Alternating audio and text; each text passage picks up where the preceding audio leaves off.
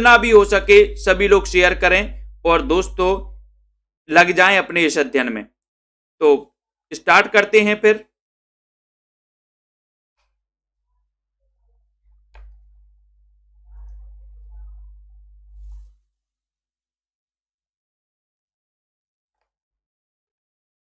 एक बार जल्दी से वीडियो को लाइक करें और मित्रों को शेयर कर दें, ठीक है। देखो यहां पर आपके लिए दोस्तों बढ़िया पंजाब मास्टर कैडर के लिए एक कोर्स लॉन्च किया गया है। ये कोर्स है Punjab master cadre model paper, यानी कि जो दोस्तों नोटिफिकेशन आया है आपका पंजाब मास्टर कैडर का, उसमें मॉडल पेपर बनाए गए हैं। 30 मॉडल पेपर बनाए गए। एक मॉडल पेपर में 150 क्वेश्चन होंगे और पूरे आपके सिलेबस के अकॉर्डिंग होंगे, ठीक है। अब ये मात्र 599 में आप परचेस करेंगे। कुल मिला के 4500 क्वेश्चन होंगे। 4500 क्वेश्चन की पीडीएफ आपको मिलेगी और टेस्ट भी मिलेंगे। साथ ही दोस्तों 2000 प्लस क्वेश्चन और किए गए हैं इसमें, तो कुल मिला के 6500 प्रश्न आपको यहाँ पर पढ़ने वाले हैं, जो कि आपको दोस्तों बिल्कुल आपके सिलेबस के अकॉर्डिंग है, ठीक है। अब यहाँ पर देखते हैं, आपको बताना है कि पद्मावत की रचना किस शासक के काल में हुई है। ये क्वेश्चन है आज आपका, जल्दी से बताएं। प्रश्न क्रमांक आपका 1 है। 1 में आपको बताना है कि पद्मावत की जो रचना हुई है, पद्मावत के बारे में आप जानते हैं। पद्मावत की रचना किस शासक के शासन काल में हुई है, ये बढ़िया सा क्वेश्चन आपसे पूछा गया है प्रश्न क्रमांक 1 में। और 1 का सही आंसर देखते हैं कौन कौन सही बता रहा है। बताइए। अनीता राजपूत जी, चंद्रशेखर जी, पंकज जी, सुषमा जी, अनुपम जी, प्रश्न क्रमांक 1 में। और आपको पता है कि सर पद्मावत ये मलिक मोहम्मद जायसी की रचना है, ठीक है। अब इसके रचनाकार कौन है, तो उत्तर है शेर शाह, सॉरी इसके रचनाकार कौन है, मलिक मोहम्मद जायसी। और इसकी जो रचना हुई थी वो शेर शाह सूरी के शासन काल में हुई थी, ठीक है। ये भी याद रख लेना। लेकिन दोस्तों यहीं तक बात नहीं रुकी। अब आपको 15 पद्मावत का रचना काल भी बताना है। पद्मावत का रचना काल क्या है, जल्दी से बताओ। एक नार ने अचरज किया, सांप मार पिंजरे में दिया। ये पंक्ति बताना है कि ये जो पंक्ति है, ये पंक्ति किसकी है। एक नार ने अचरज किया, सांप मार पिंजरे में दिया। वीरेंद्र जी, प्रश्न क्रमांक 2, एक नार ने अचरज किया, ये बताइए ये जो पंक्ति है, ये पंक्ति किसकी है। ये पंक्ति आपको बताना है, जल्दी से कमेंट में बताएंगे। और राइट आंसर यहां पर है कि सर ये जो पंक्ति है ये अमीर खुसरो की है, ठीक है। अमीर खुसरो हिंदी खड़ी बोली के प्रथम कवि माने जाते हैं अमीर खुसरो जी, ठीक है। तो 1 नंबर आपका बिल्कुल सही है जिन्होंने बताया है। और पद्मावत का रचना काल भी बता दिया 1540, जो कि बिल्कुल सही है। कैमास बद प्रसंग किस रचना में है। कैमास बद प्रसंग ये किस रचना में है, सुरेंद्र कुमार जी। कैमास बद के बारे में आपको बताना है, कैमास बद प्रसंग किस रचना में है। ये बहुत ही अच्छा क्वेश्चन आपको दिया गया है, बहुत ही बढ़िया दिया गया। प्रश्न क्रमांक 3 में पद्मावत, कीर्तिलता, रामचरितमानस या फिर पृथ्वीराज रासो। कैमास बद प्रसंग किस रचना में है, ये क्वेश्चन है प्रश्न क्रमांक 3 में।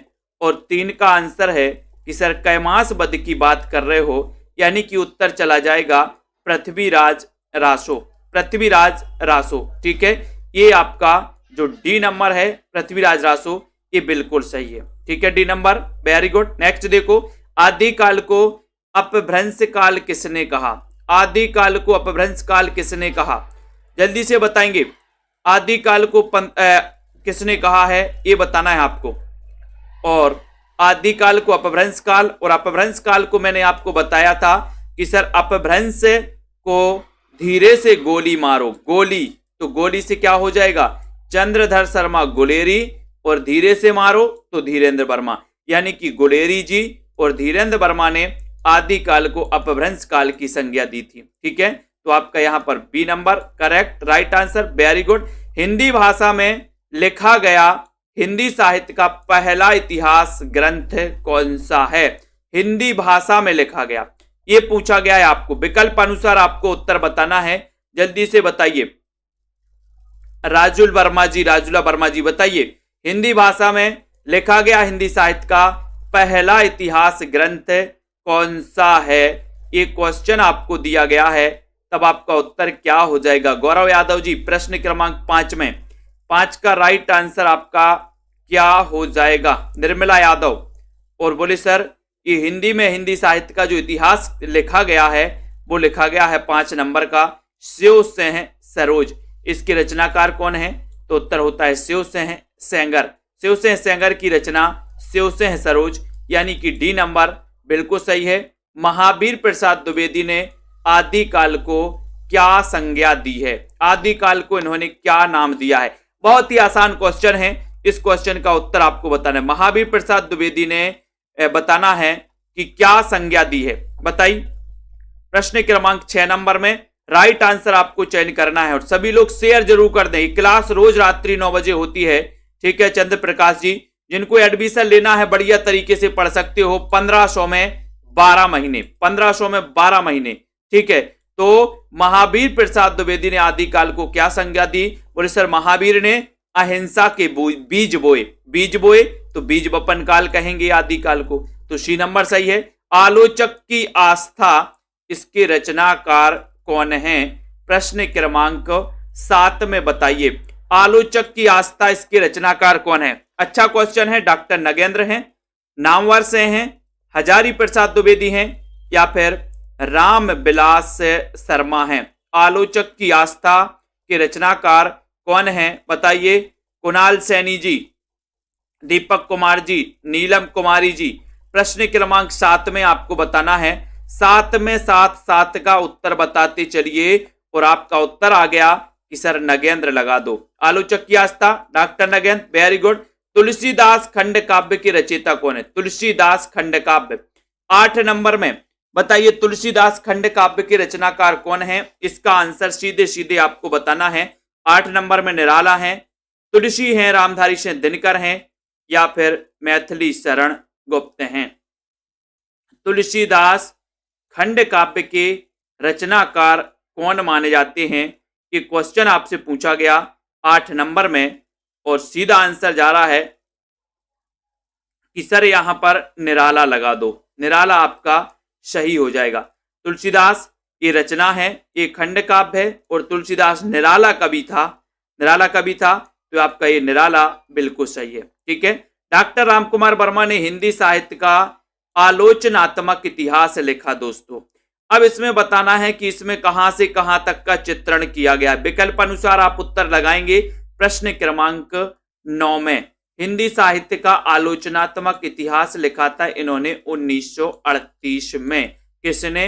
राम कुमार वर्मा जी ने। जन्म कब हुआ था इनका? 1905 में हुआ था, ठीक है। छायावादी कवि आलोचक माने जाते हैं राम कुमार वर्मा जी, ठीक है। इन्होंने स्वयंभू को हिंदी का प्रथम कवि माना था। अब डॉक्टर राम कुमार वर्मा ने हिंदी साहित्य का आलोचनात्मक इतिहास जो लिखा, इसमें कहां से कहां तक का चित्रण किया गया है? तब आपका उत्तर आया कि सर 693 ईस्वी से लेकर के 1693 ईस्वी तक। सी नंबर आपका सही है। Ritesh Maurya ji, very good. कवियों के परिचयात्मक विवरण मैंने प्रायः मिश्र बंधु से ग्रहण किए हैं। ये कथन किसका है? कवियों के परिचयात्मक विवरण मैंने प्रायः मिश्र बंधु से ग्रहण किए हैं। ये कथन बताना है, ये कथन बताना है।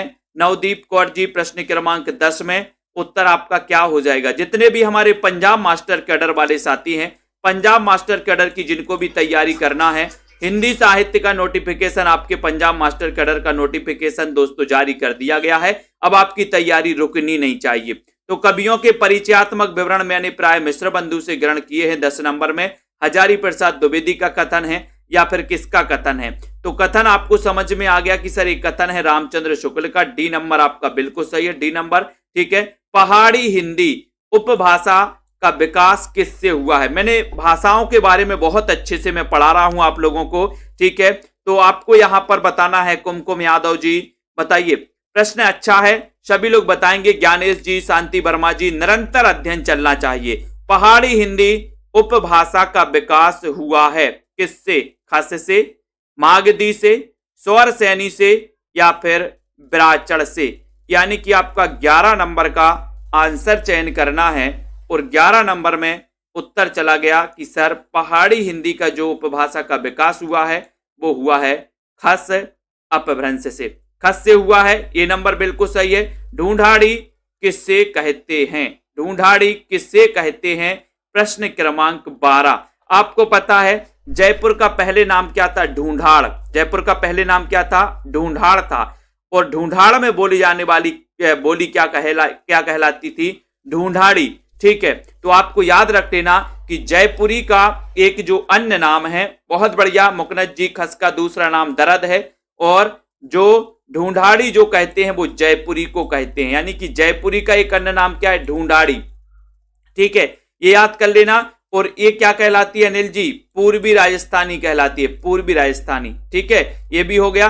खड़ी बोली को मर्दानी भाषा किसने कहा है? बहुत अच्छा क्वेश्चन।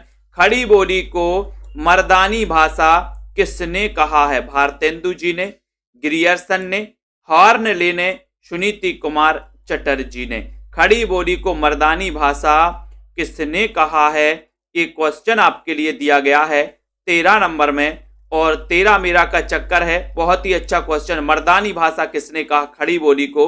आपको पता है कि खड़ी बोली को गवारू बोली कहा था किसने? गिलक्राइस्ट ने। गिलक्राइस्ट ने गवारू बोली कहा था, और सर सैयद अहमद खान ने हिंदी को गवारू बोली कहा था। लेकिन खड़ी बोली को मर्दानी भाषा किसने कहा? तब आपका उत्तर चला जाता है कि सर ये मर्दानी भाषा कहा है किसने? सुनीति कुमार चटर्जी। सुनीति बोले गवारू भाषा, मर्दानी भाषा सुनीति खड़ी बोली के लिए, सुनीति तो सुनीति कुमार चटर्जी। ठीक है, देवनागरी का मानकीकरण कब और किसने किया? 14 नंबर। देवनागरी के बारे में देखते हैं कि सर ये जो देवनागरी है ये राष्ट्रलिपि मानी जाती है, राष्ट्रीय लिपि है। ठीक है, देवनागरी। और देवनागरी का जो मानकीकरण किया कब और किसने किया, ये आपको बताना है 14 नंबर में। और 14 का राइट आंसर देखते हैं, आपका सही उत्तर क्या होता है बताइए। किरण कटारिया जी, रजनी त्रिपाठी, बताना है आपको। झूमर जी, केरला, देवनागरी का मानकीकरण, तो उत्तर है 1966 ईस्वी में केंद्रीय हिंदी निदेशालय, यानी कि आपका बी नंबर, इनके द्वारा क्या किया गया दोस्तों? मानकीकरण किया गया। बी नंबर बिल्कुल सही है, बहुत बढ़िया। गुरप्रीत कौर जी, भक्ति आंदोलन ना तो तदयुगीन पराजित हिंदू जाति की निराशा से उद्वेलित है, और ना ही दोस्तों ना ही इस्लाम की प्रतिक्रिया है। ये किसकी उक्ति है? ये उक्ति किसकी है? भक्ति आंदोलन ना तो तदयुगीन पराजित हिंदू जाति की दोस्तों मनोवृत्ति द्वारा उद्वेलित है, और ना ही दोस्तों इस्लाम की ये प्रतिक्रिया है। ये कथन किसका माना जाता है? प्रश्न क्रमांक 15 में ये कथन किसका है? रामचंद्र शुक्ल का, हजारी प्रसाद द्विवेदी का, बाबू गुलाब राय का, गणपति चंद्र गुप्त का। यानी कि 15 नंबर में आपका सही आंसर जा रहा है कि सर यहां पर आप बी नंबर लगा दो, हजारी प्रसाद द्विवेदी लगा दो, राइट आंसर चला जाएगा हजारी प्रसाद द्विवेदी। Very good. उत्तर अपभ्रंश को पुरानी हिंदी किसने कहा है? उत्तर अपभ्रंश को पुरानी हिंदी किसने कहा है? चतुर्सेन शास्त्री ने, ग्रियर्सन ने, गुलेरी ने, या फिर इनमें से कोई नहीं? 16 नंबर का आंसर है। 16 नंबर का उत्तर क्या हो जाएगा? उत्तर अपभ्रंश को पुरानी हिंदी किसने कहा? बहुत अच्छा क्वेश्चन है, तो जल्दी से बताएं क्या हो जाएगा? दिव्यांशु शर्मा जी, राजा राम जी, आपको चयन करना है और एक बार जल्दी से शेयर भी कर देना है। उत्तर अपभ्रंश को पुरानी हिंदी किसने कहा है? एक आसान सा क्वेश्चन आपसे पूछा गया है और आपने सीधा आंसर बता दिया कि सर इसमें उत्तर लगा दो 16 नंबर में। क्या नंबर में उत्तर लगाना है? 16 नंबर में। राइट आंसर चला जाता है चंद्रधर शर्मा गुलेरी। ठीक है, C number correct, right, very good. 84 Vaishnav की वार्ता, इसके रचनाकार कौन है? आपको पता है कि 200 वैष्णव की बात, 252 वैष्णव की वार्ता और 84 वैष्णव की वार्ता। 84 वैष्णव की वार्ता में वल्लभाचार्य के शिष्यों का उल्लेख मिलता है दोस्तों, वल्लभाचार्य के। ठीक है, और 252 वैष्णव की वार्ता में विट्ठलनाथ के शिष्यों का उल्लेख मिलता है। ठीक है, इसका रचनाकाल आपको पता होनी चाहिए कितना है? इसका रचनाकाल है 1568। 1568 रचनाकाल है किसका? 84 वैष्णव की वार्ता का और 252 वैष्णव की वार्ता, दोनों का रचनाकाल 1568 है। दोनों के रचनाकार भी कौन है? गोकुलनाथ हैं। कौन है? गोकुलनाथ हैं। तो उत्तर आपका यहाँ पर गोकुलनाथ, आपका बी नंबर बिल्कुल सही हो जाएगा। ठीक है, बी नंबर। यहाँ पर दास लिखा है, नाथ। ठीक है, ये बी नंबर आपका सही है।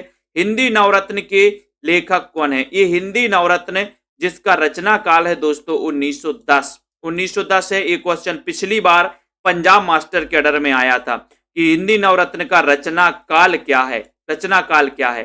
तब आपका उत्तर क्या हो जाएगा? उत्तर बताना है आपको। जल्दी से चयन करें, एक बार जल्दी से शेयर भी कर दो अपने मित्रों को। और दोस्तों इसी प्रकार से जिनको भी एडमिशन लेना है, पंजाब मास्टर कैडर वाले हमारे साथी और भी हमारे साथी जिनको भी एडमिशन लेना है, वो अभी सेल्फ स्टडी क्लासेस का ऐप डाउनलोड कर लें। हिंदी नवरत्न के लेखक कौन है? ये बड़ा अच्छा क्वेश्चन पूछा गया और 18 नंबर में आपका उत्तर हो गया कि सर मिश्र बंधु। डी नंबर आपका सही है, मिश्र बंधु आपका सही है। शिवसेन सेंगर और ग्रियर्सन के साहित्य इतिहास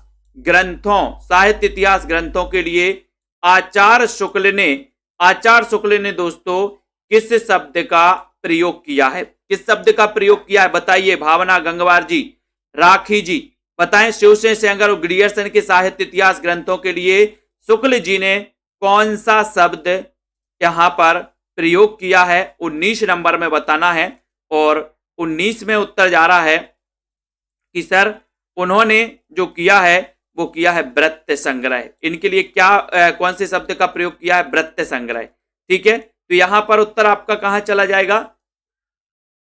बी की तरफ, बी नंबर चला जाएगा। पृथ्वीराज रासो को किसने सर्वप्रथम विवादास्पद घोषित किया था? पृथ्वीराज रासो को सबसे पहले किसने दोस्तों विवादास्पद घोषित किया? ये क्वेश्चन आपसे पूछा गया है यहां पर। जल्दी से चयन करेंगे सभी लोग। किसने सबसे पहले विवादास्पद घोषिट किया? मैक्स मूलर ने, मोतीलाल मेनारिया ने, या फिर दोस्तों बुलर ने, या फिर कर्नल टॉड ने?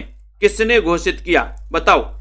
पृथ्वीराज रासो को किसने सर्वप्रथम विवादास्पद घोषित किया? एक बढ़िया सा क्वेश्चन आपसे पूछा गया है, तो जल्दी से आपका आंसर आना चाहिए और सही उत्तर हो जाएगा कि सर ये उत्तर है डॉक्टर बुलर। डॉक्टर बुलर आपका right answer. Very good, C number. Good. Next, Prithviraj Raso को हिंदी का पहला महाकाव्य किसने माना और इसमें अध्यायों का नाम क्या है? बताइए। पृथ्वीराज रासो को हिंदी का पहला महाकाव्य किसने माना और इसमें अध्यायों का नाम क्या है? अध्यायों का नाम आपको बताना है। बताइए 21 का आंसर। 21 में जल्दी से चयन करना है और 21 में सीधा आंसर जा रहा है कि सर ये तो रामचंद्र शुक्ल ने इसे हिंदी का प्रथम महाकाव्य कहा और इसमें जो अध्याय हैं उनको समय कहा जाता है। ठीक है, तो उत्तर कहां चला गया? 1 नंबर की ओर चला गया। 1 का आपका सही है। चरम व्यक्तिवाद ही प्रयोगवाद का केंद्र बिंदु है। ये कथन बताना, ये कथन किसका है? चरम व्यक्तिवाद ही प्रयोगवाद का केंद्र बिंदु है। ये कथन किसका है? आशु गोंडवाल जी बताइए। सभी लोग बताएंगे 22 का आंसर। पंजाब मास्टर कैडर का जिनको भी मॉडल पेपर लेना है, इस मॉडल पेपर में 30 मॉडल पेपर रहेंगे इसमें। ठीक है, कुल मिला के 4500 क्वेश्चन रहेंगे। 4500 क्वेश्चन की पीडीएफ भी आपको यहां पर मिलने वाली है। ठीक है, तो जिनको भी पंजाब मास्टर कैडर का मॉडल पेपर लेना है 599 में वो ले सकते हैं। प्रश्न क्रमांक 22 का आंसर आपको चयन करना। उत्तर चला गया ए। चरम व्यक्तिवाद ही प्रयोगवाद का केंद्र बिंदु है। ये कहा है किसने? नामवर सिंह ने। ठीक है, ये ए नंबर सही है। भारतीय सूफी मुख्यतः किस संप्रदाय से संबंधित हैं? 23 का सभी लोग आंसर बताएंगे। भारतीय सूफी, नितिका तनवर जी बताएं, भारतीय सूफी मुख्यतः किस संप्रदाय से संबंधित हैं? ये क्वेश्चन आपसे पूछा गया। संजय पाठक जी जल्दी से आंसर बताएंगे। बताओ।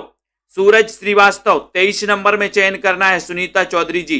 और 23 का आंसर जा रहा है कि सर ये जो भारतीय सूफी हैं ये मुख्यतः वेसरा संप्रदाय से संबंधित हैं।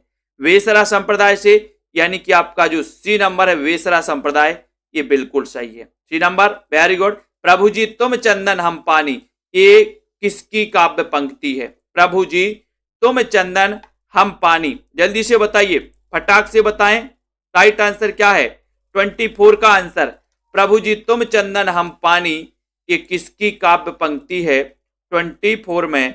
और 24 का राइट आंसर है कि सर रैदास लगा दो, यानी कि सी नंबर लगा दो। प्रभु जी तुम चंदन हम पानी, ये रैदास आपका सही हो जाएगा। ठीक है, रैदास राइट। मृगावती को सूफी काव्य की प्रथम रचना किसने माना है? मृगावती को सूफी काव्य की प्रथम रचना किसने माना? 25 में सभी बताएंगे। ग्रियर्सन ने, आचार्य द्विवेदी ने, आचार्य शुक्ल ने, आचार्य रामकुमार वर्मा ने। मृगावती 1503 इसका रचना काल है मृगावती। ठीक है, और मृगावती के रचनाकार कौन है? तो आपका उत्तर होता है कुतुबन। कौन है? कुतुबन है मृगावती के रचनाकार। ठीक है, यहां पर वन आया वन, और वन में क्या था? मृग। तो मृग से मृगावती और कुतुबन से कुतुबन। मृगावती को सूफी काव्य की प्रथम रचना किसने माना? ये 25 का उत्तर है। और आपको बताना कि रामचंद्र शुक्ल जी ने ये सूफी काव्यधारी की प्रथम रचना माना इसे। Very good. चंदायन को दूसरे किस नाम से स्वीकार किया गया? चंदायन को दूसरे किस नाम से स्वीकार किया गया? 26 का आंसर बताना है।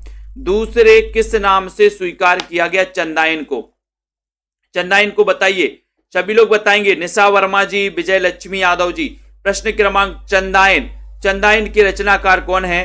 तो मुल्ला दाऊद, मुल्ला दाऊद हैं। अब आपको बताना है कि चंदायन का रचना काल क्या है? तो इसका रचना काल है दोस्तों 1379। 1379 इसका रचना काल है।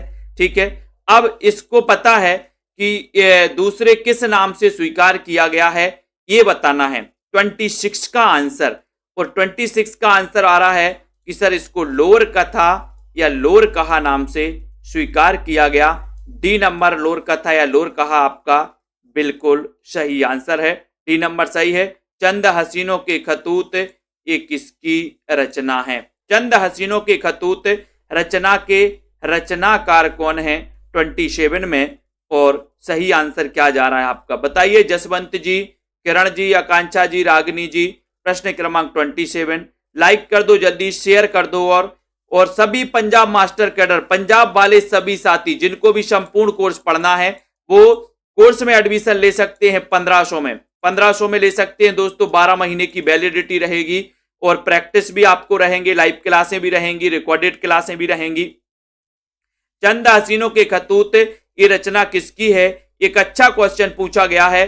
तो आपको पता है कि सर चंद हसीनों के खतूत उग्र हो जाते हैं। गाना सुना है ना आपने, हसीनों को आते हैं क्या क्या वहाने, और खुदा भी ना जाने तो हम कैसे जाने। तो ये चंद हसीनों के खतूत क्या हो जाते हैं? बोले सर उग्र हो जाते। उग्र, उग्र से क्या बनेगा?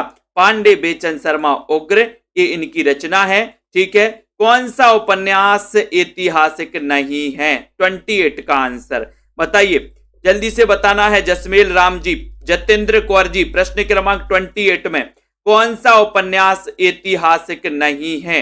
ये क्वेश्चन आपसे पूछा गया है, तो जल्दी से बताइए कौन सा उपन्यास ऐतिहासिक नहीं है? कबीर सिंह जी, उत्तर क्या हो जाएगा? सही बताओ 28 में। और 28 का आंसर है कि सर पुनर्नवा तो है, मृगनयनी भी है, सिंह सेनापति भी है, लेकिन उत्तर क्या हो जाएगा यहां पर? उत्तर हो जाएगा सन्यासी। ये सन्यासी जो सी नंबर है ये ऐतिहासिक नहीं है। ठीक है, तो आपने डी क्यों लगा दिया? सी लगाना था, सन्यासी, सन्यासी लगाना था प्रीत कमल जी, है ना? तो सी नंबर आपका राइट। खंजन नयन ये किस प्रकार का उपन्यास है? 29 में आपको चयन करना है। जल्दी जल्दी से लाइक किया करो और शेयर भी कर दो। यहां पर खंजन नयन ये किस प्रकार का उपन्यास है? 29 में आपको चयन करना है। सेल्फ स्टडी क्लासेस का ऐप डाउनलोड कर दो दोस्तों। ठीक है, खंजन नयन बताना है। और ये खंजन नयन जो है ये जीवनी परक उपन्यास माना जाता।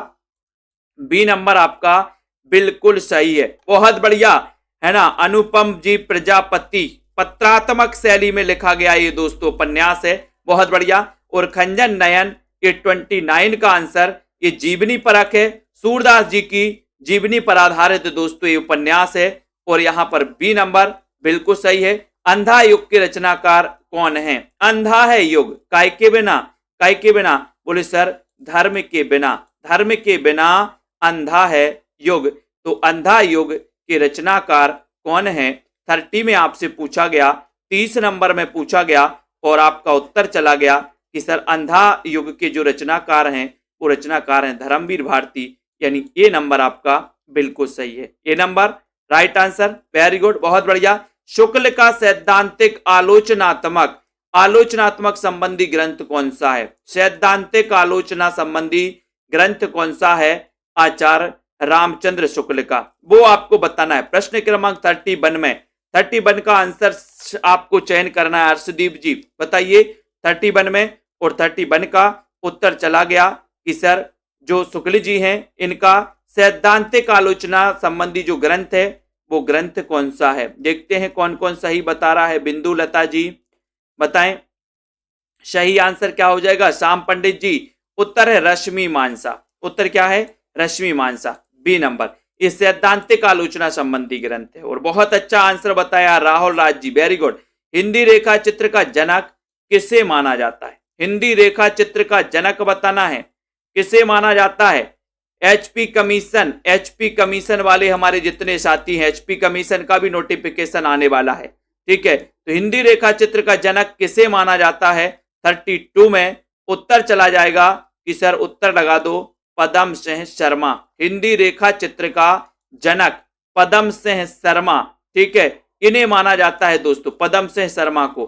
तुलनात्मक आलोचना के जनक भी माने जाते हैं, कौन? पदम सिंह शर्मा, ठीक है। तो डी नंबर आपका सही है।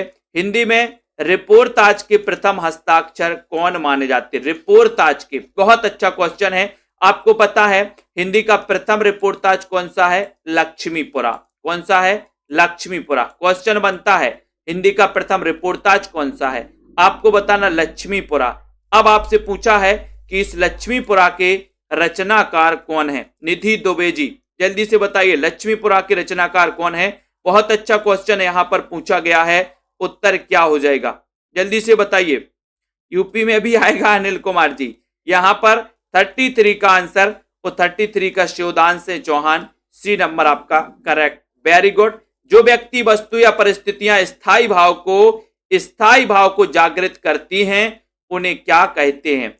जो व्यक्ति वस्तु या परिस्थितियां स्थायी भाव को जागृत करती हैं उन्हें क्या कहते हैं? उन्हें क्या कहते हैं? संचारी भाव, उत्प्रेरक, अनुभाव या फिर विभाव।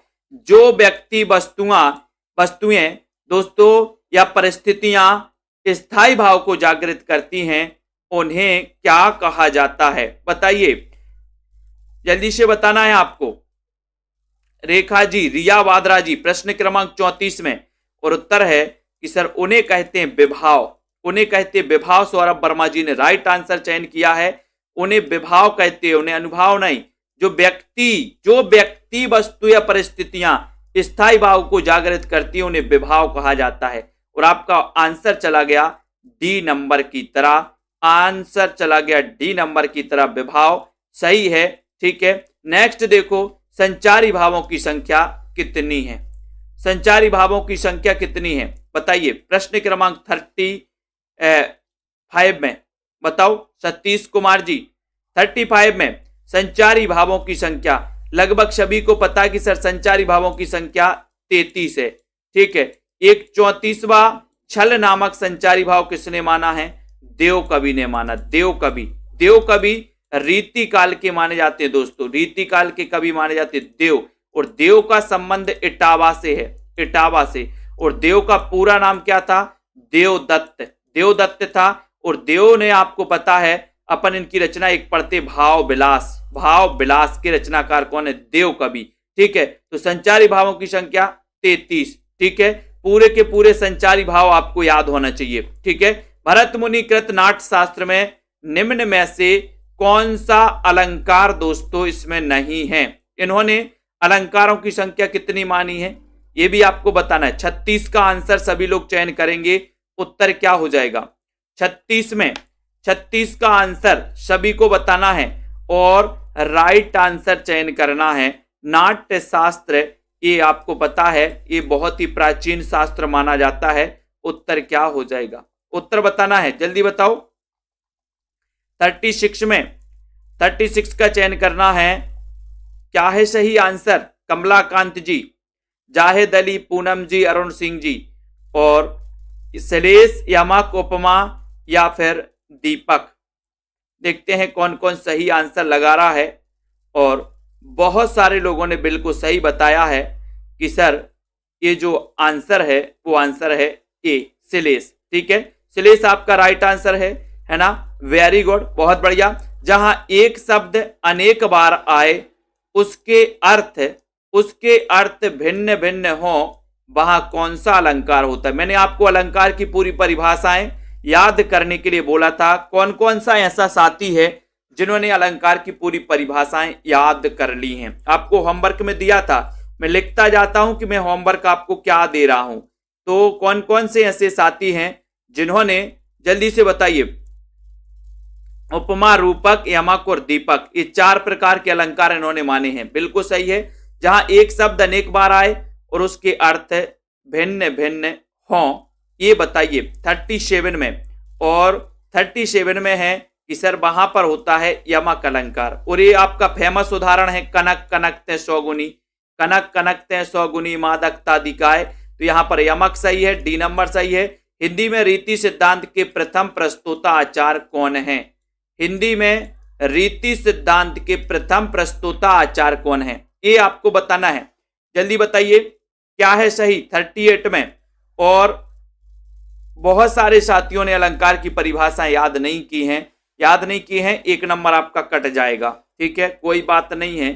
ठीक है, देवेंद्र जी, सिंधु जी 38 नंबर में चयन करना है। उत्तर है कि सर हिंदी में रीति सिद्धांत के प्रथम प्रस्तोता हैं तो केशवदास। ठीक है, ये नंबर, वेरी गुड, बहुत बढ़िया। साधारणीकरण का सिद्धांत किसकी देन है। साधारणीकरण का सिद्धांत 39 में प्रियंका यादव जी, प्रश्न क्रमांक आपका 39 है। जल्दी से आपको चयन करना है। और उत्तर क्या हो जाएगा, सुमन बालाजी। विपिन पांडे, प्रश्न क्रमांक हरिचंद जी 39 में साधारणीकरण का सिद्धांत ये किसकी देन है, ये आपको बताना है। और बिल्कुल सरल क्वेश्चन है, सरल क्वेश्चन आपसे पूछा गया। और उत्तर है कि सर ये जो साधारणीकरण की दिया है ये भट्ट नायक ने दिया है। प्रवीण ओझा जी, ये नंबर राइट, वेरी गुड। अनुकरण सिद्धांत के प्रणेता कौन है। अनुकरण सिद्धांत गीता ने जी ने याद किया है, पूजा जी ने भी याद किया, वेरी गुड, बहुत बढ़िया। कल्पना जी बताइए अनुकरण सिद्धांत के प्रणेता कौन है। मधु धिम्मन जी, प्रश्न क्रमांक 40 में। और सीधा आंसर जा रहा है कि सर यहां पर जो उत्तर हो जाएगा वो हो जाएगा अरस्तु, अरस्तु हो जाएगा। ठीक है, वेरी गुड, सी नंबर आपका correct right answer. Self study classes app को डाउनलोड कर लें सभी साथी। अगला देखो, साहित्य ज्ञान राशि का संचित कोश है। ये कथन तो आपको पता ही है, सभी को पता है, मुकनद जी को याद है, वेरी गुड, बहुत बढ़िया। जिनको याद नहीं वो याद कर लें सभी लोग, अरुण राजपूत जी, अमन जी। साहित्य ज्ञान राशि का संचित कोश है 41 नंबर में। और 41 का सीधा आंसर जा रहा है कि सर लगा दो महावीर प्रसाद द्विवेदी। महावीर प्रसाद द्विवेदी, सी नंबर, ए आपका सही हो जाएगा, सी नंबर राइट आंसर हो जाएगा, वेरी गुड। रस सूत्र के व्याख्याकारों का सही अनुक्रम बताइए। रस सूत्र के व्याख्याकार, इनके बारे में आपको बताना है। रस सूत्र के व्याख्याकारों का सही अनुक्रम आपको चयन करना है। तब आपका राइट आंसर कहां जा रहा है, क्या हो जाएगा। सबसे पहले प्रश्न क्रमांक 42 में रस सूत्र के व्याख्याकार, ये पूरे व्याख्याकार हैं दोस्तों, शंकोक हैं, भट्टनायक हैं, भट्टलोलट हैं, अभिनव गुप्त हैं। लेकिन आपको विश्वास मलिक जी क्रमबद्ध बताना है। क्रमबद्ध में क्या सही है, क्रमबद्ध में बताइए। 1 और 1 2 तो काट दिए मैंने, 3 और 4 में बताइए। 3 और 4 में आपका सही आंसर चला गया है विपिन जी, वेरी गुड, कि सर सी में लगा दो। भट्ट लोलट, शंकोक, भट्ट नायक और फिर अभिनव गुप्त, वेरी गुड। आपका उत्तर सी नंबर बिल्कुल सही है, सी नंबर, वेरी गुड। अनुवाद करते समय जिस भाषा में अनुवाद प्रस्तुत किया जाता है उससे क्या कहते हैं। अनुवाद करते समय जिस भाषा में अनुवाद प्रस्तुत किया जाता है उसे क्या कहते हैं। स्रोत भाषा, अन्य भाषा, दूसरी भाषा या फिर लक्ष्य भाषा, क्या कहा जाता है बताइए। एक बार शेयर कर दो अपने मित्रों तक। और जल्दी जल्दी से दोस्तों यहाँ पर उत्तर आपको बताना है 43 नंबर में। और 43 नंबर में क्या आंसर हो जाएगा, उससे क्या कहते हैं। अनुवाद करते समय जिस भाषा में अनुवाद प्रस्तुत किया जाता है 43 नंबर में, और 43 नंबर में आप लोगों ने बताया कि सर उसे लक्ष्य भाषा कहा जाता।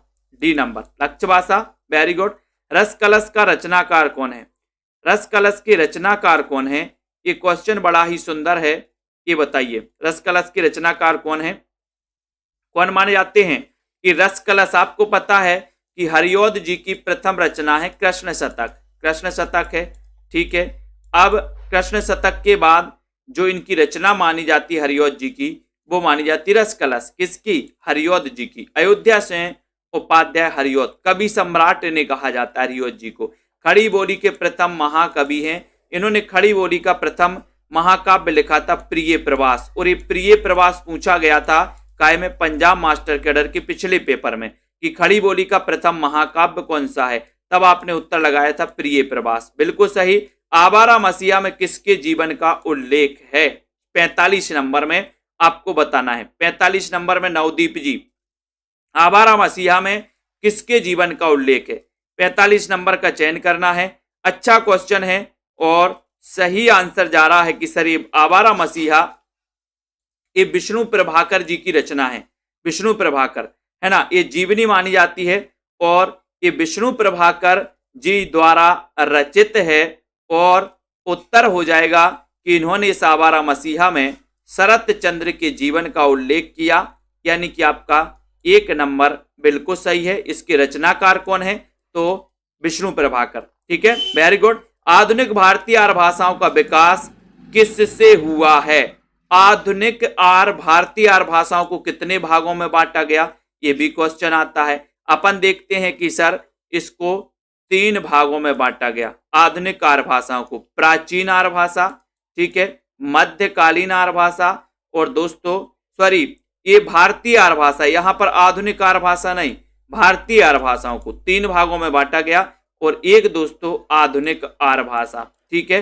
फिर आधुनिक आर्य भाषा के अंतर्गत कौन सी आती है? हिंदी, आधुनिक आर्य भाषा के अंतर्गत, ठीक है। तो आधुनिक आर्य भाषा का जो उदय हुआ है वो कैसे हुआ है? अपभ्रंश से हुआ है, ठीक है। तो ये याद रख लेना, भारतीय आर्य भाषाओं को 3 भागों में बांटा गया, प्राचीन, मध्यकालीन और आधुनिक आर्य भाषा, ठीक है। फिर आधुनिक आर्य भाषा के अंतर्गत आती हिंदी। और दोस्तों आधुनिक आर्य भाषाओं का जो विकास हुआ वो कैसे हुआ? अपभ्रंश से हुआ। सी नंबर आपका सही है, ठीक है। उसमें संघर्षी वर्ण कौन से हैं? उसमें संघर्षी वर्ण कौन से हैं? 47 नंबर में उसमें संघर्षी वर्ण तो आपने पता पड़े ही हैं। और सेल्फ स्टडी क्लासेस का ऐप डाउनलोड कर लें सभी साथी, और इसको दोस्तों पढ़ें, अध्ययन करें। और जिनको भी एडमिशन लेना है अभी बढ़िया मौका है। और दोस्तों आपके लिए लाइव क्लासें भी स्टार्ट हो चुकी हैं। उसमें संघर्षी वर्ण कौन से हैं 47 नंबर में? और सीधा सीधा आंसर जा रहा है कि सर 47 में जो लगा दो वो लगा दो सा और हा, यानी कि ये नंबर आपका सही है। ये उसमें संघर्षी वर्ण कहलाते, ये नंबर बिल्कुल सही। लास्ट क्वेश्चन आपको बताना ही है, ये चैलेंज प्रश्न है आज का आपका।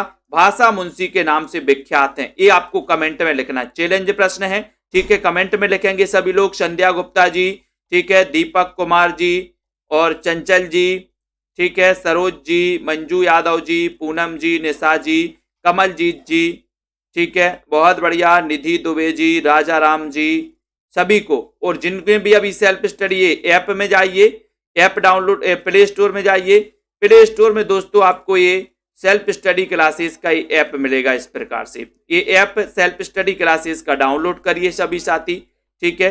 पूनम शर्मा जी और प्रियंका जी सभी साथी इसको डाउनलोड कर लें, ठीक है। अभी आपके लिए कोर्स लॉन्च किया गया है टीजीटी पीजीटी मास्टर कैडर वाले हमारे साथी, 1500 में 12 महीने का, सीधा सीधा है, सबसे सस्ता है और सबसे अच्छा है। नॉर्मल व्यक्ति भी जो दोस्तों पढ़ाई भी कर रहे हैं और साथ में दोस्तों अध्ययन भी करना चाहते हैं, तो ये 1500 का आपका नॉर्मल, 5000 10,000 फीस नहीं भरनी आपको। हिंदी साहित्य में और बहुत ही मजेदार तरीके से आपको पढ़ाया जाता है कि आपको खुद मजा आएगा पढ़ने में, ठीक है। ऐसी ट्रिकें आपको बताई जाती हैं।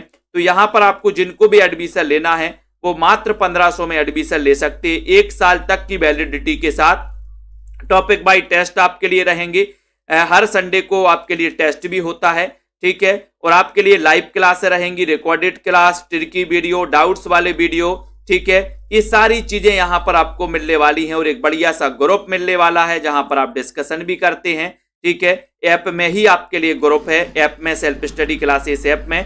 तो आर.के. पासवान जी, लाल दास, वीरेंद्र जी, इनरपेश जी, श्याम पंडित, संध्या जी, बहुत बढ़िया। सभी साथियों को बहुत बहुत धन्यवाद। पढ़ते रहें, अध्ययन करते रहें और लगे रहें, जुट जाएं सभी साथी, ठीक है। और सभी को धन्यवाद।